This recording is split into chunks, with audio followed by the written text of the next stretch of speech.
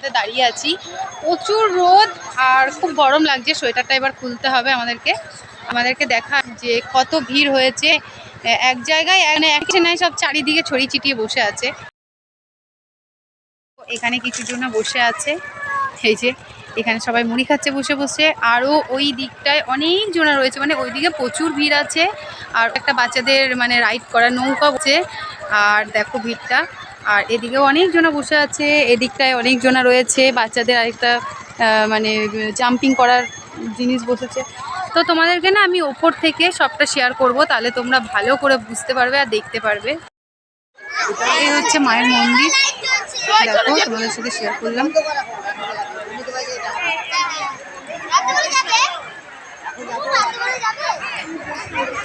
কত ভিড় হয়েছে দেখো, প্রচুর ভিড় হয়েছে।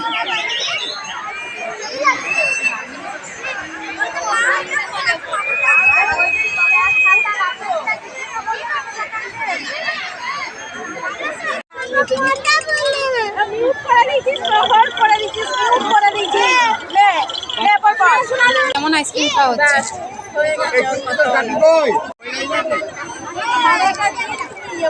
আমরা এখন চলে এসেছি ফুচকা খেতে।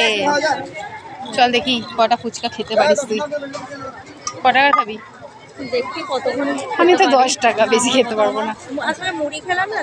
আমাদের পাতায় ফুচকা পড়ে গেছে, এবার খাবো। তুই খাওয়া শুরু কর। চেরি ফুচকা খাবে? ও ফুচকার দিকে দেন। চেরি মা ফুচকা খাচ্ছে, ওকে ফুচকা দিচ্ছে না। চেরি ফুচকা খাবে? চেরি